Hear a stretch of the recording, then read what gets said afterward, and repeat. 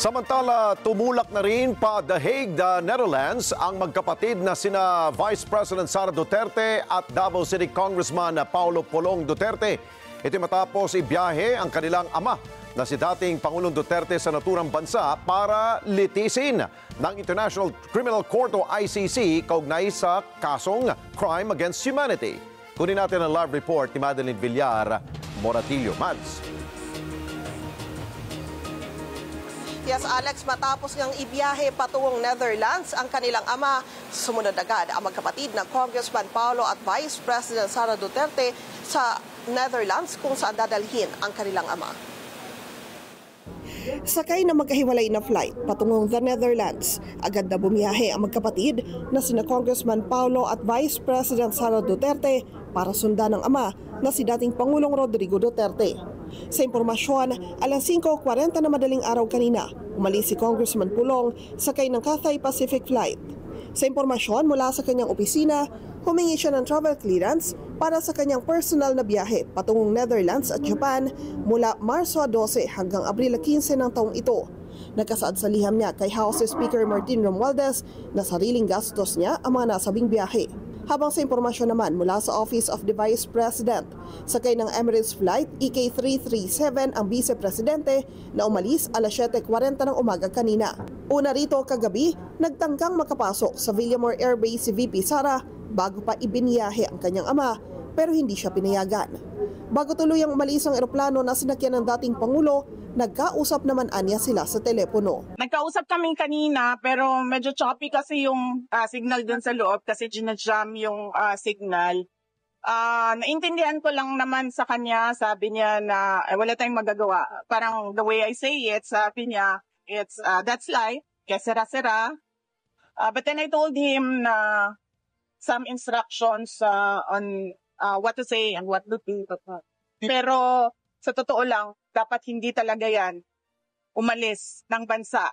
Ang pag-uwian niya sa bansa ng dating Pangulo mula Hong Kong, patunay na handa itong magpasakop sa mga otoridad ng Pilipinas. Wala. I was there in Hong Kong. Wala siyang kausap from Chinese government. And in fact, sabi niya, kung maalala niyo, 4 p.m. yung flight niya sa Cathay Pacific, di ba? Sabi niya, agahan natin ng 7 a.m. Para makabalik na ako sa Pilipinas. That was, willingly surrendering himself to the jurisdiction of Philippine authority, not the ICC. Hindi niya umano nakakausap si Pangulong Ferdinand Marcos Jr. pero kinumpirma ni VP Sara na sumulat siya noon sa Pangulo at sinabi nito sa kanya na walang magiging koordinasyon ng gobyerno sa International Criminal Court. The way that they are doing it right now, there's no talking to the president because it's very easy for him to say, do not turn him over to the ICC.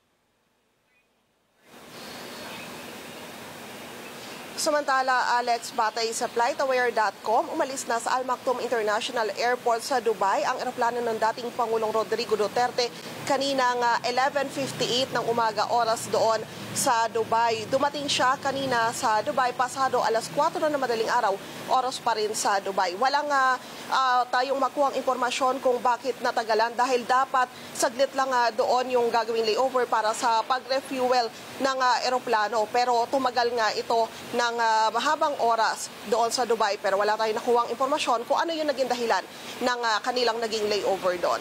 Balik sa iyo dyan, Alex. Oo nga, Mads, no, sa batay sa binanggit mo ring source, no, ang supposedly scheduled flight ng ating dating Pangulo sakay ng Gulfstream G550 na aeroplano ay 5:15 a.m. dapat umalis sa Dubai pero umalis ito ng 11:58 a.m. Oras doon yun, ha?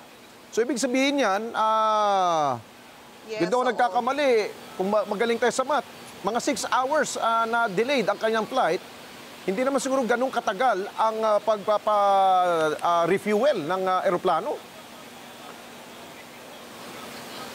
Totoo, tama ka dyan, Alex. Sinusubukan natin kanina na makakuha ng impormasyon kung bakit natagalan yung layover, pero wala tayong nakuhang impormasyon kung ano yung naging dahilan talaga. Okay, kung pagbabatayin natin, siguro marami nagtatanong no, kung anong oras darating sa Rotterdam, The Hague Airport.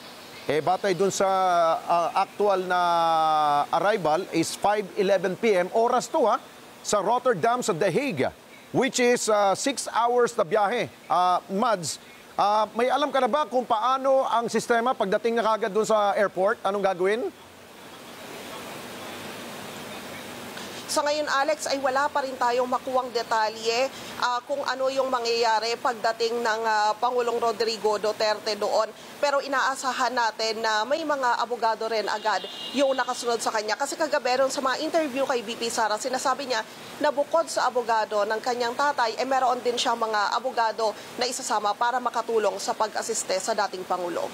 Okay. By the way, para lang sa kaalaman, kung 6 hours ang biyahe ng ating dating Pangulo, sakay nung Gulfstream na aeroplano, 6 hours, kung alas 6 tayo nagsimula dito sa newscast, kung 6 hours po yan, darating po ng madaling araw na oras sa Pilipinas, doon po sa Rotterdam. Okay, maraming salamat sa iyo. Madeline Villar Moratillo, mata natin, dyan po sa lungsod ng Maynila. Maraming salamat sa inyo pong pagsubaybay sa Mata ng Agila Primetime. Para malaman ang matatag, matapang at matapat na mga balita, i-follow lamang at mag-subscribe sa @Net25 TV.